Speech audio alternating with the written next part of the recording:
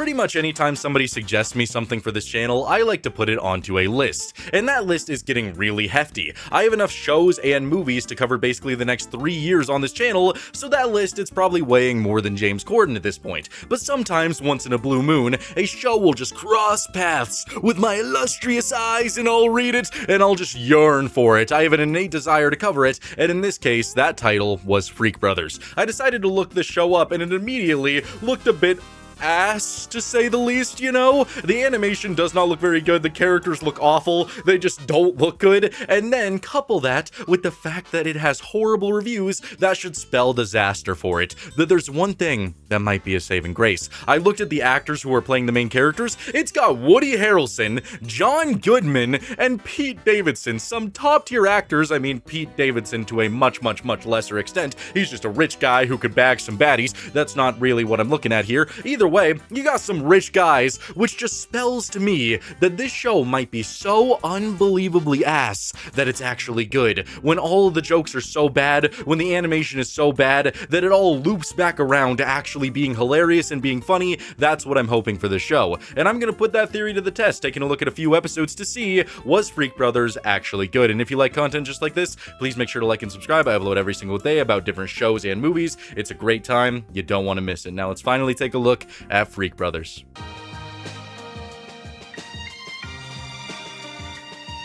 The first episode I decided to take a look at was Season 1, Episode 2. Right after the pilot, it's called Squatters' Rights. And this show is exactly what I would have wanted from a Brickleberry or a Paradise PD. It genuinely has everything you could possibly need for shock value comedy. Because what Brickleberry likes to do is it likes to take a cat and be like, here's a cat, and then throw it into a ceiling fan, and the cat's blood and guts are just spewed everywhere, and they expect you to just be like, cat died, because they think that everybody who watched this is a fucking sociopath. That's what they think that you'll like. But here, they have a lot of shock value, but it actually has relevance to the episode. So instead of just a cat dying, they would build that cat up to be, I don't know, Hitler, meow, meow, meow, genocide, meow, meow, and then you would watch the cat die, and it's very shocking, but it actually has relevance and a story within the episode, and that's what I think I like so much about it. Like, take the beginning scenes, for example, where Harper, the owner of this house, goes into her basement and finds Free Will and Franklin, Phineas, and Fat Freddy, two hicks who love to smoke that ganj,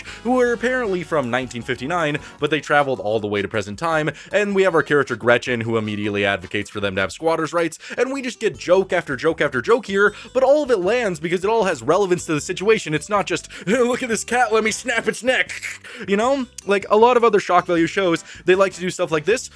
But here, we have this character named Fat Freddy. He is just grinding his fat, big old meaty ass on everything, just twerking left and right, just saying, it's itchy, it's itchy, it's itchy. In other shows, that would be the joke. The fact that he has a big old stinky, itchy ass, and then, I don't know, he would violently release feces everywhere. That's just what he would do. But here, it actually relates to the episodes and builds upon it and gets a lot more relevant as the show goes on. We also get introduced to some other characters like Noah, who's Harper's husband.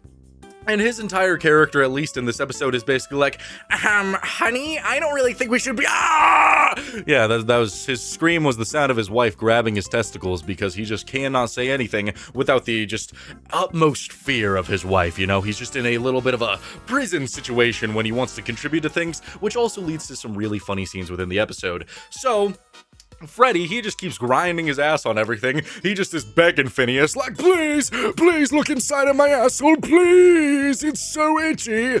And that is just, I love all the characters' reactions to everything because they actually treat it like a real situation. Nobody's saying anything too weird, even though, you know, he's beckoning them to take a big old gander inside of there to find out why it's so unbelievably itchy. So Franklin then takes a look at this girl and he's like, oh, mucho erectionable, please. There's no need to fight, although I do find your fiery demeanor mucho erectionable, if you get my meaning. And that got me to chuckle more than it should have, but it just all loops back around to the idea of making something so stupid that it's actually funny and it actually works instead of just pure shock value humor. It's so dumb that the joke works. It doesn't take itself seriously. Other shows, they take itself seriously when they're telling a dumb joke and don't let the characters react in funny ways, and that just kind of ruins it. But that was just the introduction and it was a lot of fun. I had a great time with that. That was just beautiful. So we then cut upstairs with Gretchen, Harper, and Noah. They're the main, owners of the house. Gretchen and Harper are sisters. Noah is the husband. They're arguing, and I get the first scene where Noah, kind of acts like a little cuckold, just a little guy who's a little bit terrified of his wife, where just the daughter comes out of nowhere and is like, can somebody take me to... And Noah's just like, yes, of course, I'll take you. And then just the daughter's like, to get my first tampon. And Noah's like, yeah, I thought that scene was pretty funny. Right to... I'll do it. Buy my first tampon? I enjoyed that a lot, and we get a lot more scenes like that with Noah throughout the episode that are all just as entertaining. They balance the characters and their interactions very well. There's really only one scene within the entire episode that I had a problem with because it was just kind of weird. We'll get to that a little bit later, but for the most part, it's still pretty entertaining. So we cut back to the basement. The boys are all talking about it. Freddy's still talking about how his ass is just unbelievably itchy, the itchiness of 1,000 demons, and that's when we get introduced to this cat named Kitty. And she's like, well, anyway, is that ass as itchy as I am hungry? Can somebody open a can of tuna? And I don't really know how I feel about the character of Kitty. She kind of just feels like she exists to say one-liners that are either really funny or just a complete and utter waste of time. I'll get to more of her one-liners when she says them, but for the majority of the time, it's either like, you just trying to lock a sister up, or it's saying, get that weed back inside your asshole. It's just stuff like that, and it's all very weird, and sometimes it's good, sometimes it's not, but overall, I think she's a nice addition to the show, so I'm not going to complain very much. So, he's begging and pleading to look into his gaping bumhole, and he sits down on a table, and it's just so stupid, but it's so funny how they just take a glance inside and he just utters the words, holy shit, is that a ganja bud growing in there? It's green and leafy. Holy shit, that's a ganja bud. Like, what? I was so unbelievably shocked at this point because I really thought it was just going to be, Freddy, you're constipated, and then he was going to poop everywhere, because I thought the show was going to be bad in that regard. But the fact that he is growing a illustrious, well-looked, well-kept ganja, just that has been growing for over 50 years, that got me to laugh a decent amount. I actually thought that was really funny. So we then get a little bit of exposition, a little bit of lore, with the three guys running away from the police back in 1969, and Kitty jumps onto Freddy, and God, I love this scene where she's just like, get that weed in your butt, shove it in there. Ooh, gross. Get that weed in your butt.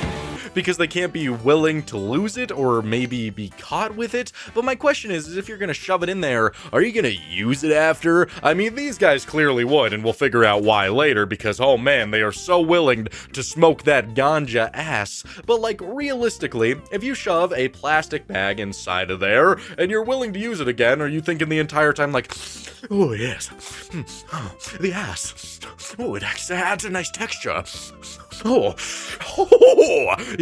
Like somebody has to be thinking that, and I know in this world somebody has shoved that inside of their ass and then used it up before, so that's a really important question to have when watching this episode. At least I think it is. Then it just continues on with them talking about how they could use this weed that is growing inside of Freddy's ass to potentially travel back in time to 1969 to get back to their time. So they start going around learning how to grow the perfect bud out of a man's buttocks. And it's all very interesting. It's all very funny. They find these street guys and they have this entire conversation about how they've smoked out of another man's ass. And that's just such an interesting concept to me, because why would you do such a thing? They claim it's to get higher, but I can't imagine walking up to a friend of mine and being like, hello, good sir, oh, may I just take just the smallest little dab out of your ass? Oh, please load me up a butt rig. Let me stick it in there. Oh, we must heat it using your ass. It is the only way to have a exquisite and divine high. But either way, it's really funny. I'm enjoying myself. Anyways, they get told about this miracle marijuana doctor, the marijuana man, dear weed man. So they go to see that guy, and I really love his reaction to seeing a bud growing out of Freddy's ass, because he gives it a good old slap, a good old smell, like, I have not seen this strain in ages. Where did you find such a concoction? I've grown out of a vag, a urethra, but this out of a man's ass? God, I love his reaction so much. And at the same time, the feds are now onto them. And the feds aren't really that interesting for the majority of the scenes. We get some good chase scenes out of them, but it's really the end of the episode that's important for the policemen's characters, the FBI agents, the DEA, whatever you want to call them. We'll get to that a little bit later because I don't think anybody's ready for what that is going to be. So we then have the guys going back to the house to ferment that bud, to get it to grow, put it under some nice lighting, spray it with a little bit of water, and get that ass weed to grow, bro. So Harper goes down there and starts arguing with them once again, and I love Phineas's reactions to everything that she is saying, because she's saying, there's no way you guys went to Woodstock, that was 50 years ago, you guys aren't over that age, it's just impossible. And this man, who genuinely looks like a walking ball sack of pubic hair, stares at her and is like, you are nothing, you know nothing, and you've done nothing. Woodstock. You were? No, of course they weren't, Camille. Woodstock was 50 years ago. You know nothing, you've done nothing, you are nothing. And just saying that to a, like, well put together woman who clearly looks like she has her shit together. I mean, she's got her husband's balls at grasp at all times whenever she needs a strong man to say something in her favor. So she's clearly got it all put together. So for this guy to say that, it's a little bit funny to me.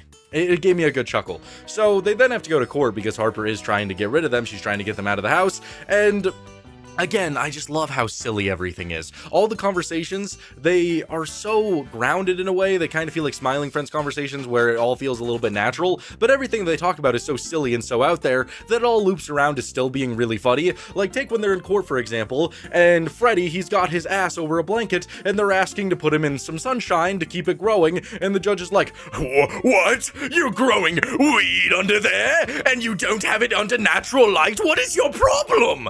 Like, he's actually on their side. And again, it subverts your expectations over and over and over again, that it just all loops around to being really funny.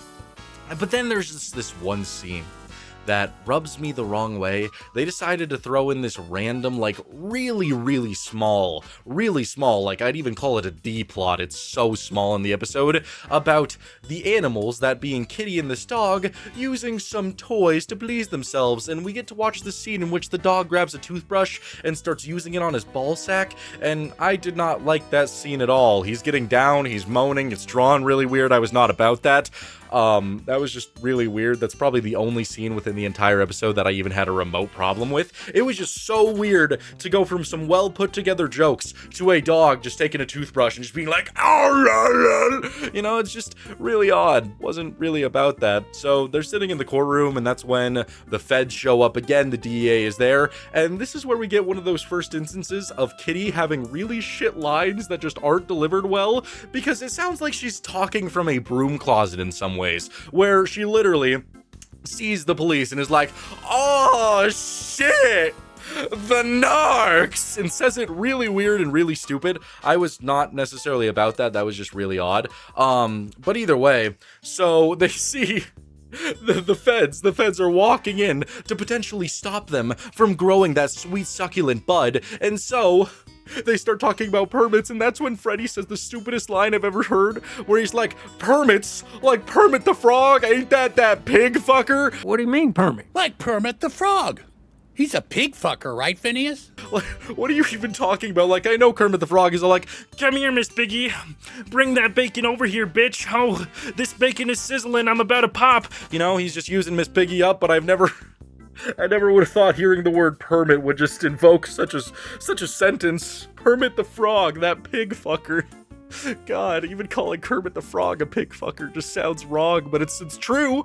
It's not factual, so that was great. We get a chase scene after this where they're running away from the feds, and it is pretty entertaining. Nothing really too much crazy to say about it, but it was alright for the most part. So then the guys, they have to go to Walmart to get tears from an Indian man. Yeah, I didn't really understand this part very much. Maybe I missed the part where they explained it, but they go to Walmart and they find a man who's like, welcome to Walmart. And we get to learn about his backstory, where he was teaching a yoga class and a woman got so hot in there that she popped and exploded. And so they start just making fun of this guy and roasting his life so he cries. And they're like, yes, an Indian man's tear. This'll be it. So I don't know if, like, if you find an Indian man and make him cry and then spread it onto your ganj, is it going to make it a better experience? I don't know. Somebody theory test this for me. That's a little bit bit odd, but okay. So, we then get back to the scenes of this minor D-plot I was talking about, where Kitty wants to use the toothbrush to, please herself, and I've never heard somebody hype themselves up for a, sensual experience, a sensual masturbation experience with oneself, where she's sitting there, she's staring at the pillow, and then she just looks over at the camera and is like, oh man, this kitty's gonna be splish-splashing, I be just like Shamu. And luckily, they didn't decide to animate Kitty getting down to business, but just hearing splish splash, this kitty acts like Shamu, you better get out of the splash zone, just wasn't something I was ever ready for. And even then, I wasn't ready for the ending of the episode. I couldn't even fathom that they're allowed to put this on TV. I couldn't even fathom drawing this and wanting it in existence.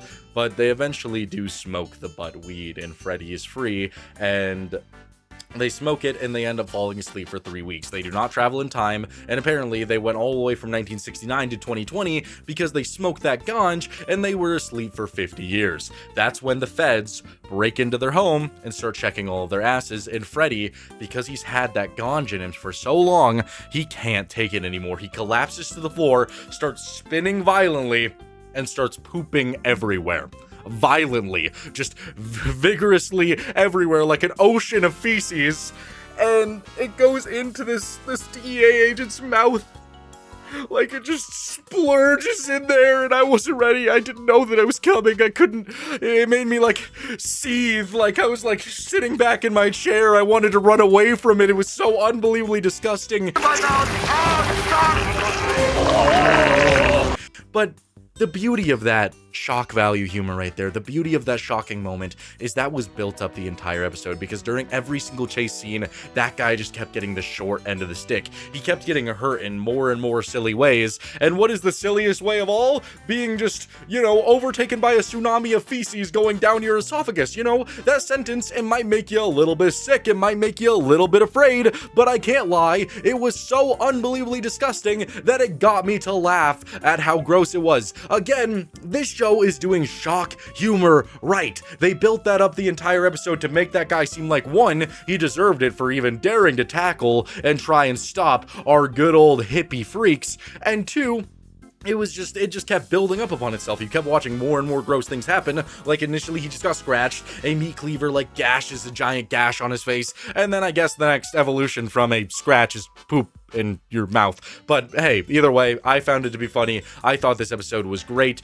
and so Harper eventually agrees to let them all stay after they kind of, give Harper the goods and tell her that she's a great woman and she just wants to keep a happy home. And that's pretty much the end of the episode. There was a lot of characterization that I missed. I was kind of just focusing on the comedic aspects of the episode, but still very good, actually well put together. I thought the voice acting was stupendous. Pete Davidson, not my favorite guy in the world. He's just kind of there the majority of the time he's ever in anything, but here he was just phenomenal as Phineas. He was doing so good as Phineas. He made that character come to life, especially, even with John Goodman and Woody Harrelson, I expected them to make the characters good, but they elevated the characters. The voice acting was stupendous. The animation is actually so bad that it just works well in its favor, and the comedy, like, the majority of the time, it is really bad. It's all really stupid, but it loops around to actually being funny, and that's what I want from a show like this. It is just stupendous what they were able to do. I loved it. If I was to rate this episode 1 to 10, I would give it a solid 8 out of 10. A couple of laughs, not my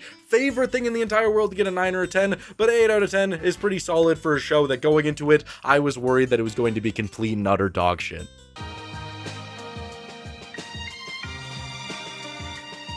The next episode that I decided to take a look at was called Freaking Bad. I chose this one specifically because I assumed by the title it would be a Breaking Bad parody, and it kind of is. There's definite things from Breaking Bad, but it just kind of feels like a lot of missed opportunities. Like, all the references didn't really hit. They could have done a lot more with it, but overall it's still a pretty decent episode. The episode starts off with Franklin talking to Gretchen because they both want each other, but it's more of a forbidden fruit situation. Ooh, I can't be with you, but ooh, perhaps I can. Ooh, just stuff like that, just they will, they won't, they type thing, that plays a pivotal role in this episode. And at the same time, they go to like this weed carnival, this cannabis festival type thing, and there's this horrible voodoo ranger like ad placement within it, and it's just odd that they would choose to do it so blatantly. Like, they literally walk up to a voodoo ranger stand and Kitty grabs a voodoo ranger and goes, ooh, "Ooh, but I can get all up with this." And that was just very blatant and kind of weird that it was just within the episode. I mean, I guess if you want to do an ad, do an ad. It didn't really like affect the episode that much. It was just still a little bit odd. And they eventually find Seth Rogen. And Seth Rogen's like usage in this episode is really questionable as why it had to even be him in the first place, because they really only do one scene with him that even matters, but it was still kind of lame. It's not even actually voiced by Seth Rogen. It's just a dude going, "You know, you gotta try my weed brownies. They were made with, you know, when I was, knocked up, well, I was super bad, and they're made with Pineapple Express." They mentioned the movies. And then he mentions James Franco in a very weird way. Like, I know James Franco isn't a good person, but the way they addressed it was just such a odd sentence. I had to X out James Franco on account of he missed my birthday, not the, rape stuff. So overall, didn't really like any of those scenes. Just a very odd couple of stuff going on here. So we then have our plot beginning with Franklin, where he meets this cowgirl and they decide to knock boots, and he says, you really bucked my Bronco. And at the same time, that girl is also dating Gretchen, so, well, you know, she's bucking Franklin's Bronco, she's also bucking Gretchen's seahorse, you know, just getting both of them. So they're both competing for this cowgirl when they both actually like each other. It's actually a pretty interesting plotline for the majority of the time. But then Phineas decides to enter a weed brownie competition, and that's when we get a lot of our Breaking Bad references. He literally meets Gus Fring, who in this episode he's just called Luis, but I'm just gonna call him Gus for the sake of the fact that he looks like fucking Gus Fring. And honestly, it's not the most well done Gus Fring I've ever seen. The majority of the time he's just super encouraging, telling him that he could do it, that he's doing a great job, and it's just not really that entertaining. And even when he does become a bad guy, I was constantly waiting for more, I was constantly expecting more, and maybe that's my fault, to say the least, because they eventually, like, he has to run away from Gus, and he goes out into the desert so that they could cook. It's time to cook. Say my name. Somebody cooked here. You know, to do all that stuff, to do all that Walter stuff. And I kept expecting more characters to pop up. Like, I don't know, Jesse would, like, stare at, Gretchen and the cowgirl and be all like, "They can't keep being lesbians!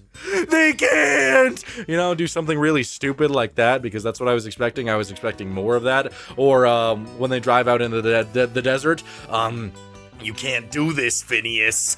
You can't do this. Meow, meow, Phineas. Feed me, Phineas. I'm Mike, Phineas. I remember a guy named Walter doing this, Phineas. You can't cook those brownies, Phineas." You know, I was expecting Mike, maybe a battle with Mike, you know, stuff like that. It could have been great. But they really just had Gus be the main focal point, and his battle with Phineas is interesting when Gus is trying to snap a picture of the recipe to make the best weed brownies. And I think the best part of the entire Gus interaction and all the Breaking Bad stuff is when they jump out of the window and Phineas is brawling with him on the ground, and then he has the realization that Gus Fring isn't even actually there, he's not real, and he's been in a manic episode this entire time. My father, Luis Acabello de Rodrigo de Pateo de Smith, was a great man! That was pretty fucking funny. I like that. I like that it was just a manic, whatever, whatchamacallit, that entire time. That was very silly, but ultimately it was really funny. So that pretty much does it for that. There was an entire other B-plot with Fat Freddy becoming not fat, and it makes him really smart. Overall, some dull scenes there, but the episode was okay. There's eventually this scene where this giant tower falls and almost takes out Gretchen, the cowgirl, and Franklin. Franklin saves Gretchen, and so they kiss, they smooch, they love each other, and that's pretty much it for the plotline. That's everything. This episode was definitely just okay. If I was to rate it 1 to 10, I would probably give it a 6 out of 10. It was just lacking a lot, especially comedy-wise. Like, I wouldn't say it's not entertaining. It doesn't necessarily have a lot of faults. It's just they don't do a whole lot. Like, the Fat Freddy plotline was ultimately pointless and didn't have that many comedic scenes. The Gretchen and Franklin plotline was probably the most interesting, like, character-wise. And then the entire Breaking Bad reference, felt like I was constantly expecting more, and that might just be my own fault for wanting more from Breaking Bad, but still, it was entertaining nonetheless. Still a pretty decent episode. Overall, I did like it.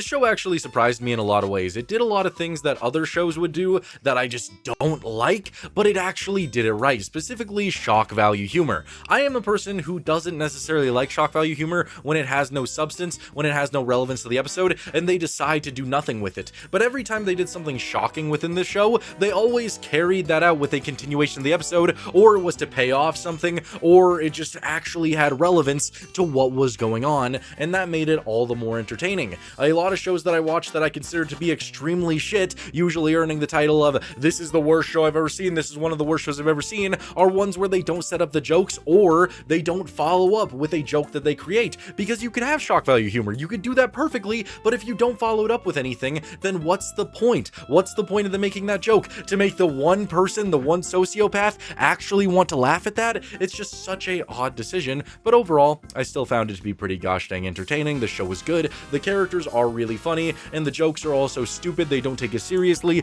that it all loops around to being funny. And I actually might watch the show more on my own time to explore more of it, because they actually do some really interesting plot lines, and they like to have fun with it. The voice acting is supreme, just everything about this show works really well for me, so it's definitely a show I wouldn't mind revisiting. So thank you guys so much for watching. I really hope you enjoyed this video. If you did, please make sure to like and subscribe. If you want some more bonus content, my Patreon will be in the description. I haven't been posting much there, but I'm planning on doing it a lot more. It's just, you know, daily content and also a Patreon. It's a lot to manage. But yeah, lots of good stuff on the way. I appreciate every single one of you. Hope you're doing great. I'll see you in the next one. Bye.